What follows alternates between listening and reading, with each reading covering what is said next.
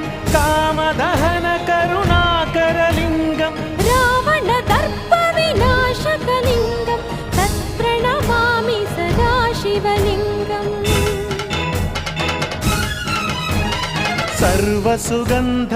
सर्वसुगन्धसुलेपितलिङ्गं बुद्धिविवर्धनकारणलिङ्गम्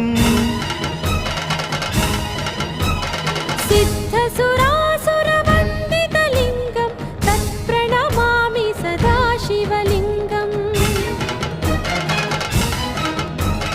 कनकमहामणिभूषितलिङ्गं फणिपतिवेष्टितलिङ्गम्